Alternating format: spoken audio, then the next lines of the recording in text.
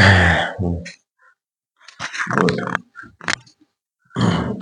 morning, good morning, very good morning. મજામાં કે પછી નથી મજામાં. તારીખ 9 જાન્યુઆરી 2025 ને સવારના 5:40 નો ટાઈમ. આપણો હીરો MOU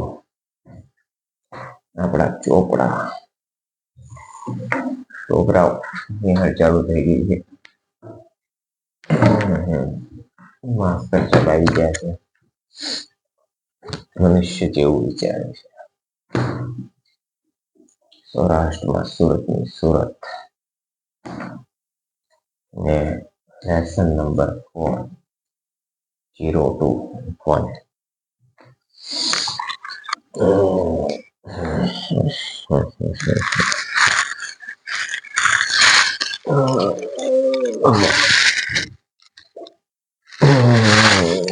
વાતની શરૂઆત એક શેરથી કહેતા કે ગુજરાતીના પંક્તિઓથી કરીએ તો મૂડી નથી પણ અનુભવનો ભંડાર છે અને દાસના મસ્તિષ્કમાં સડેલો આ જેવો વેપાર છે.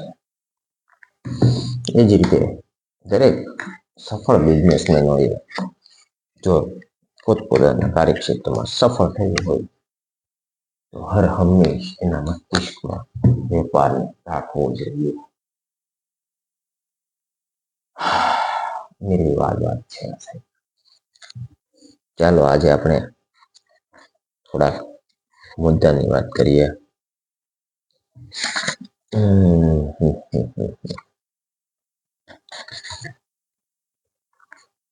કયો ટોપિક લઈશું?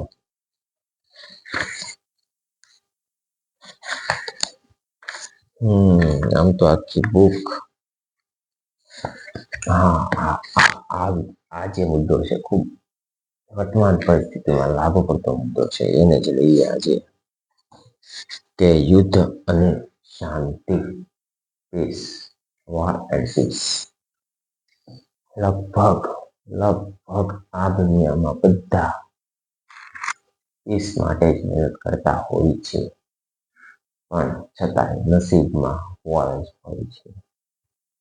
એટલે જ ગીતાને યાદ કરવું. ભગવાને પણ આમાં કીધું છે કે હતો વાવરા પુરુષોત્તમ જીતો મોક્ષમ તસ્માન તિષ્ઠન્તે યુદ્ધાય ખુદ નિશ્ચય. કારણ કે તારે યુદ્ધ તો કરવું જોઈએ. પણ યુદ્ધ અને શાંતિની જે વાત પોતાની આ બુક જેનું નામ 0 to 1 છે એમાં કરી રહ્યા છે. તો એમાં તેઓ શું કહે છે તે જાણીએ. અભ્યાસ માટે વિદ્યાર્થીઓની વચ્ચે હરીફાઈને અધ્યાપકો બહુ મહત્વ આપતા નથી. When we are studying, our professor will not give an importance to the competition between students. અભ્યાસ માટે વિદ્યાર્થીઓ વચ્ચેની હરીફાઈને અધ્યાપકો બહુ મહત્વ આપતા નથી. પરંતુ મેનેજરોનું રટણ ચાલુ જ હોય છે કે બિઝનેસમાં કોમ્પિટિશન એટલે પરંતુ એ જ વિદ્યાર્થીઓ જ્યારે કોર્પોરેટ સેક્ટરમાં જતા હોય છે, પ્રેક્ટિકલ લાઈફમાં જતા હોય છે, ત્યારે મેનેજરો કે તેઓના જે છે તે સમયના અધ્યાપકો હોય તે હવે મેનેજરોનું સ્થાન લઈ લેતા હોય છે. તેઓ હંમેશા વિદ્યાર્થીઓ જે ફ્રેશર્સ હોય તેમને કહેતા હોય છે કે કોમ્પિટિશન એટલે લડાઈ. એમ બે સ્ટુડન્ટ શું જોયું કે યુદ્ધની વ્યૂહરચનામાં કુશળ સેનાપતિના પુસ્તકો બગલમાં દાબીને ફર્યા કરે બિઝનેસ લેંગ્વેજમાં. લડત અને આક્રમણની ભાષા ભળી ગઈ હોય છે. હેડ હન્ટર્સે એવી સેલ્સ ટીમ તૈયાર કરવાની હોય છે કે બજાર પર કબજો કરીને પ્રોફિટનો ખજાનો મેળવી લેવાનો. હકીકતમાં કોમ્પિટિશન બિઝનેસની યુદ્ધ જેવી જ હોય છે. કથિત રીતે અનિવાર્ય ધારી લેવાયેલી ભવ્ય પણ આખરે સૌ માટે વિનાશકારી. આપણે એકબીજા સામે કોમ્પિટિશન કેમ કરીએ છીએ? માર્ક્સ અને શેક્સપિયર કોમ્પિટિશનના બે અલગ અલગ મોડલ આપે છે, જેના આધારે લગભગ દરેક પ્રકારના સંઘર્ષને સમજી શકાય. તો ચાલો સમજીએ. માર્ક્સ એટલે કે કાર્લ માર્ક્સ. માર્ક્સના જણાવ્યા અનુસાર મનુષ્યો વચ્ચે અસમાનતાના કારણે લડાઈ થાય છે. સીધી વાત છે, કોમ્પિટિશન એટલે જ થાય છે જ્યારે સિમિલારિટી ના રહે. કોઈ કોઈથી આગળ હોય, કોઈ કોઈથી પાછળ હોય, કોઈ કોઈથી સુખી હોય, કોઈ કોઈથી દુઃખી હોય, તો જ આ વસ્તુ શક્ય છે. કાર્લ માર્ક્સના મત મુજબ શ્રમિકો લડે છે જમીનદારો સામે કેમ કે બંનેના વિચારો અને લક્ષ્યાંકો જુદા જુદા હોય છે. મજૂરો પોતાના માલિકો સાથે લડતા હોય છે. સીધી વાત છે. વેતન ઓછું મળતું હોય છે, શોષણ થતું હોય છે, એટલા માટે મજૂરો પોતાના માલિકો સાથે લડે છે. પણ માર્ક્સ એમ કહે છે કે બંનેના મતભેદો અને વિચારો અને લક્ષ્યો, માલિકને પોતાના પ્રોફિટમાં નફામાં અને મજૂરોને પોતાના વેતનમાં માત્ર ને માત્ર રસ હોય છે. માર્ક્સના મતે ભૌતિક અસમાનતાના કારણે તે પેદા થતા હોય છે. જેટલી અસમાનતા વધુ એટલો સંઘર્ષ વધુ ઉગ્ર. સંઘર્ષની વાત યાદ આવે તો આપણા ભારતની આઝાદી લડાઈ પર યાદ આવે. આઝાદીની લડાઈ સમજે ત્યારે અંગ્રેજો દ્વારા ભારતના લોકોનું શોષણ થતું, એટલે એક બળવું, એક ક્રાંતિ, એક આંદોલન ઊભું થઈ ગયું અને તેના આધારે મહાત્મા ગાંધી, સરદાર પટેલ, જવાહરલાલ નહેરુ જેવા દિવંગત અને દિગ્ગજ નેતાઓએ આપણને એક ખૂબ જ સારા એવા સમયમાં લાવીને ઉભા કરી દીધા. કહેતા કે આઝાદી લડતમાં વિજય અપાવ્યો. તેનાથી ઉલટું શેક્સપિયર માને છે સંઘર્ષમય પાત્રો લગભગ એક સમાન જ હોય છે. તેઓ શા માટે લડે છે તે સમજવું મુશ્કેલ હોય છે, કેમ કે લડવામાં જેવું કશું હોતું નથી. રોમિયો અને જુલિયટના પ્રારંભની આ પંક્તિઓ જો બે ફેમિલીના ડિગ્નિટી વાળા બંને સમાન છતાં એકબીજાને ધિક્કારે છે, તેમની વચ્ચે ઝઘડો વધતો હોય એમ સમાનતા હતી. આખરે વિખવાદ શેમાંથી શરૂ થઈ તે વાત જ ભૂલાઈ ગઈ. હા, પણ શેક્સપિયરની વાત પણ આ ખૂબ શેક્સપિયરની વાત પણ ખૂબ એક વિચાર માંગેલી એવી છે કે રોમિયો અને જુલિયટ સીધી ફરાક. રોમિયો જુલિયટ એની જાતે સવારમાં બે ફેમિલી ડિગ્નિટી વાળા બંને સમાન છતાં એકબીજાને ધિક્કારે છે. બંને ફેમિલી સેમ છે છતાં એકબીજાને ધિક્કારે છે, તિરસ્કાર આપે છે. અને આ લડાઈ છેક સુધી ચાલતી રહી. છેક સુધી, જીવનના અંત સુધી આ લડાઈ ચાલતી રહી. અને આખરે વિખવાદ શેમાંથી ઉભો થયો એ મૂળ મુદ્દો જ ભૂલાઈ ગયો. બિઝનેસની કોમ્પિટિશનમાં શેક્સપિયરના વિચારો જ વધારે સુસંગત લાગે તેવા છે. કંપનીની અંદર કર્મચારીઓ વચ્ચે પ્રમોશન માટે કાપાકાપી ચાલતી હોય છે.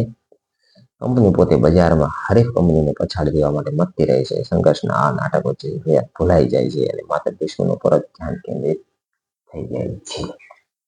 આ પણ એક વાત છે કે આપણે શું કરવા આવ્યા હતા એ ભૂલાઈ જાય છે અને શું કરી રહ્યા છીએ એ જ માત્ર યાદ રહે છે. માત્ર ને માત્ર આપણા મગજમાં આપણો કોમ્પ્યુટર એ જ હર હંમેશ રહેતો હોય છે, પણ એવું ન હોવું જોઈએ.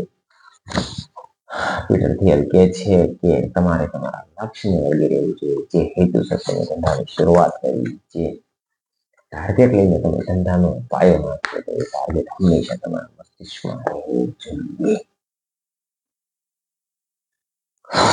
વાસ્તવિક જગતમાં શેક્સપિયરની કેટલીક વાત બંધબેસતી આવે છે તે જુઓ. રોમિયો અને જુલિયટ નાટક પ્રમાણે કલ્પના કરો કે માઇક્રોસોફ્ટ અને ગૂગલ બે ફેમિલી છે અને તેના મોભીઓ ગેટ્સ અને સ્મિથ બે મહાન પુરુષો અને તેમના બે ગ્રેટ ફેમિલી એટલે બે સફળ કંપની છે. બંનેમાં એટલી સમાનતા છે કે ટક્કર થયા રહેશે જ નહીં.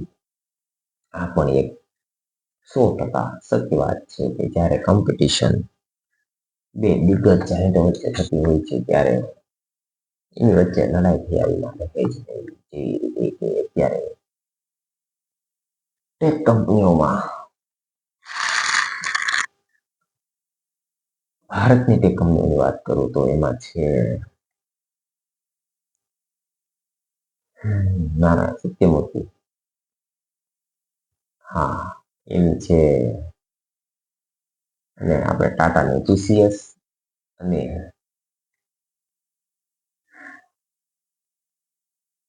નારાયણ શક્તિમૂર્તિની બહુ સારી કંપની નામ છે, ભૂલાઈ ગયું, ઇન્ફોસિસ. એ બંને વચ્ચે કોમ્પિટિશન તો રહેવાની છે, ટીસીએસ અને ઇન્ફોસિસ. એનું કારણ છે સુધામૂર્તિ, સોરી શક્તિમૂર્તિની સુધામૂર્તિની ઇન્ફોસિસ અને ટાટાની ટીસીએસ. બંને ટેક કંપનીઓ છે, બંને જાયન્ટ કંપનીઓ છે, બંને દિગ્ગજ કંપનીઓ છે, વિશ્વ લેવલની કંપનીઓ છે, અને બંને ભારતમાંથી પોતાનો સમગ્ર એમ્પાયર ચલાવે છે. તો એની વચ્ચે ટક્કર તો રહેવાની છે, પણ આપણે ક્યારેય એકબીજા સામે કાદવ ઉછાળતા, ધૂળ ફેંકતા કે મારામારી કરતા જોયા નથી. આ વાત છે આજે સાર છે ને યુદ્ધનો અને શાંતિનો, એ આ વાત છે. દરેકની ટ્રેજેડી પછી અંતે સમજાતું હોય છે કે લડી મરવાની કોઈ જરૂર નથી. એ જ રીતે અહીં કોમ્પિટિશન કરવાની કોઈ જરૂર જ નથી. માઇક્રોસોફ્ટ ઓપરેટિંગ સિસ્ટમ અને ઓફિસ સોફ્ટવેરનું મોનોપોલી ધરાવે છે, જ્યારે ગૂગલ સર્ચ એન્જિનના મહારાજા. કઈ બાબતમાં કોમ્પિટિશન કરવાની થાય? પોતાનું માસ્ટરી તેમાં છે એ જાણીને આગળ વધવું જોઈએ, નક્કી બીજાની માસ્ટરી તેમાં છે અને એની જે માસ્ટરી છે એમાં આપણે આપણું વર્ચસ્વ જમાવવા માંગતા હોઈએ.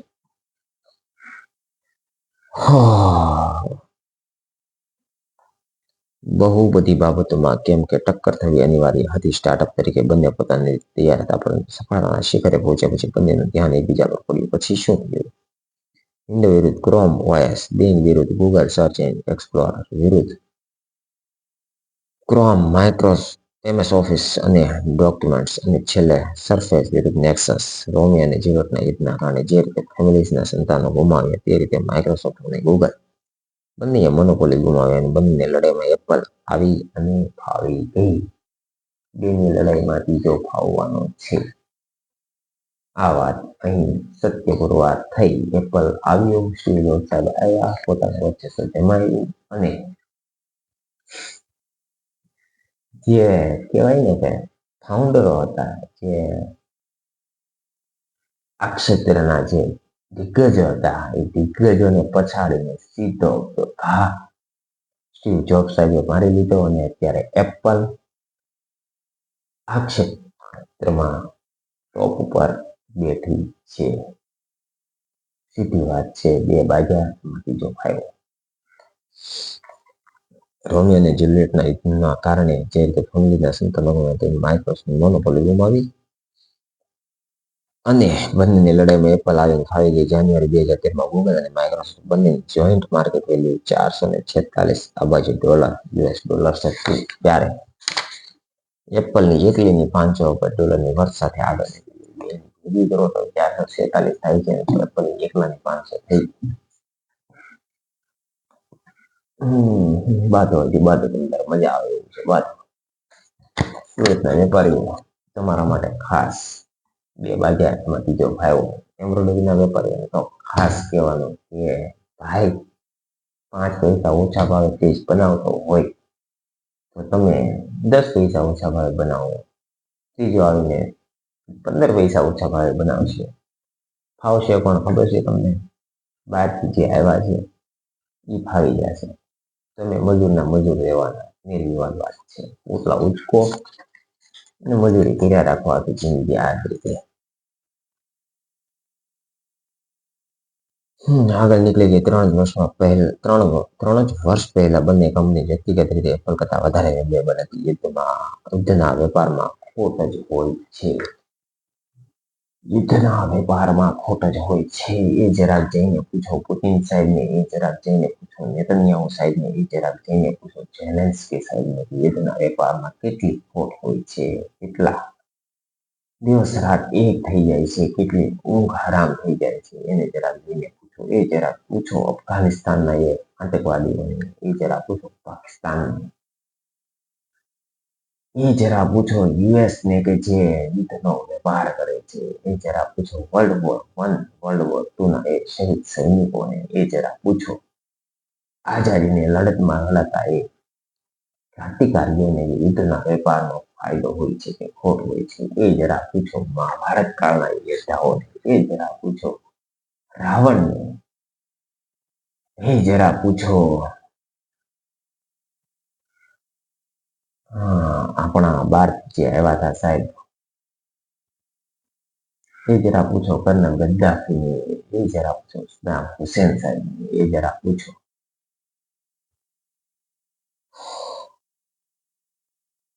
આપણા પેલા ભાઈ શું નામ, બહુ સારું નામ છે, મોહમ્મદ ગજની, અફઘાનિસ્તાન થી જે સાહેબ અહીંયા આવ્યા હતા ને આખા હિન્દુસ્તાનને તહેસ નહેસ કરી નાખ્યું. એ જરા પૂછો તુર્કીઓને, એ જરા પૂછો મોગલોને, એ જરા પૂછો અંગ્રેજો. યુદ્ધના વેપારમાં ફાયદો હોય છે કે ખોટ હોય છે? धरती तो फरती रहे ना फरे मान, अरे मेरी मेरी करके मर गए हिंदू और मुसलमान. યુદ્ધના વેપારમાં માત્ર ને માત્ર ખોટ જ હોય છે. પછી એ પારિવારિક ઝઘડો હોય, સોસાયટીનો ઝઘડો હોય, સામાજિક ઝઘડો હોય, શહેરનો ઝઘડો હોય, રાજકીય ઝઘડો હોય, રાજકારણનો ઝઘડો હોય, વિશ્વ લેવલનો ગ્લોબલ લેવલનો યુદ્ધનો ઝઘડો હોય કે પછી વર્લ્ડ વોર હોય, યુદ્ધના વેપારમાં માત્ર ને માત્ર ખોટ જ હોય છે. એ જરા પૂછો હિટલર સાહેબને કે જેને 60 થી 70 લાખ નિર્દોષ લોકોને ગુંગળાવી મારી નાખ્યા ગેસ ચેમ્બરમાં સેકન્ડ વર્લ્ડ વોર દરમિયાન, કે જે વિશ્વ વિજેતા થવા નીકળ્યો હતો. યુદ્ધના વેપારમાં માત્ર ને માત્ર ખોટ જ હોય છે. એ જરા પૂછો આપણા સિકંદર સાહેબ, એ જરા પૂછો એલેક્ઝાન્ડર ધ ગ્રેટ. યુદ્ધના વેપારમાં માત્ર ને માત્ર ખોટ જ હોય છે. એ જરા પૂછો અંગ્રેજોને, જે આખી વિશ્વ ઉપર પોતાની છાપ છોડતા ગયા, પોતાનું વર્ચસ્વ જમાવવા કેટલા અત્યાચારો કર્યા આફ્રિકાના લોકો ઉપર, અમેરિકાના લોકો ઉપર, ભારતના લોકો ઉપર. યુદ્ધના વેપારમાં માત્ર ને માત્ર ખોટ જ હોય છે. કોમ્પિટિશનની સ્થિતિમાં આપણને જૂની સફળતાની નકલ કરવાની ઈચ્છા જાગે છે. મોબાઈલ, ક્રેડિટ કાર્ડ, રીટ્સ બિલાડીના ટોપની જેમ ફૂટવા લાગ્યા. તેનું ઉદાહરણ બહુ રમૂજી છે. ઓક્ટોબર 2010માં સ્ક્વેર નામની સ્ટાર્ટઅપ કંપનીએ સ્ક્વેર શેપનો નાનકડો બોક્સ બનાવ્યો, જેને આઈફોન સાથે જોડીને ક્રેડિટ કાર્ડ સ્વાઇપ કરી શકાય. મોબાઈલ ફોન સાથે પેમેન્ટ માટેનો પ્રથમ હાથવગું પ્રોસેસિંગ ડિવાઇસ હતું. તેની ધડાધડ નકલો થવા લાગી. જેના કારણે નેટ સિક્યોર નામની કંપનીએ તેને હાફૂન શેપ આપ્યો. ઇન્ટ્યુટ કંપનીએ વળી તેને ગોળાકાર બનાવ્યું. માર્ચ 2012માં હવે ઈબે ની માલિકીની પેપલ પણ પોતાની નકલ લઈને આવી. તેને વળી ટ્રાયેંગલ બનાવ્યો, જાણે સ્ક્વેરનો ઈશારો કરવાનો હોય કે તમારા સ્ક્વેરની 4 બાજુ કરતા 3 બાજુઓ સાથે અમારો ટ્રાયેંગલ સરળ છે. એવું લાગતું હતું કે બધા જ જ્યોમેટ્રિકલ શેપ ખૂટી ના પડે ત્યાં સુધી શેક્સપિયરના નાટકની જેવું આ નાટક બંધ થવાનું નહોતું. આ તો વાત થઈ સ્વાઇપ મશીન કે જે એપલના ફોન સાથે કનેક્ટ થઈ છે. તો અહીંયા એના બધા પેલા બતાવ્યા છે. આ રીતના બધા અલગ અલગ એકબીજાની કોપીઓ કરતા ગયા, ડિઝાઇન ફેરવતા ગયા. પણ શેક્સપિયરનું નાટક કે જ્યાં સુધી ઝઘડો ન થાય ત્યાં સુધી આ બધું પૂરું નથી થવાનું. નકલખોરી કરનારી સ્પર્ધાના આવા માહોલમાં ચીલો ચાતરીને ચાલનારા મૂંજી લોકોને સિલિકોન વેલીમાં મોંઘેરા ગણવામાં આવે તેમાં કંઈ નવાઈ નથી. ચીલો ચાતરનારાને બીજા કરતા હોય તેવું કરવામાં રસ નથી હોતો. એક ખૂણે બેસીને તેમને નવીન પ્રોગ્રામ લખવા કે નવીન કશુંક બનાવવા મચી પડશે. પરિણામે તે એક બાબતમાં તેમની પ્રવીણતા પ્રાપ્ત કરી લે છે. તેના કારણે તમે ખોટી કોમ્પિટિશનમાં દોડવાનું ટાળો. ખોટી કોમ્પિટિશનમાં કોઈનું ભલું થયું નથી અને થવાનું નથી. એટલે કોમ્પિટિશનને બાજુમાં મૂકી અને આગળ નીકળી જાઓ. જે રીતે આપણે આગળ વાત કરી હતી એ જ રીતે કોમ્પિટિશન ક્યારેય તમને સફળ બનાવશે નહીં. જો તમારા મગજમાં માત્ર ને માત્ર હરેકને પછાડવાનો, એનાથી આગળ નીકળવાનો વિચાર હશે તો આજે જ છોડી દો. અને આજે અહીં આપણો આ લેક્ચર પૂરો થાય છે 0 to 1નો. અને બીજો લેક્ચર હવે કાલે સમય ટાઈમ મળશે ત્યારે થઈશું. સવારનો સેશન હતો, બહુ સારી સમજવા જેવી વાત થઈ કે યુદ્ધના વેપારમાં ક્યારેય કોઈનો ફાયદો થવાનો નથી.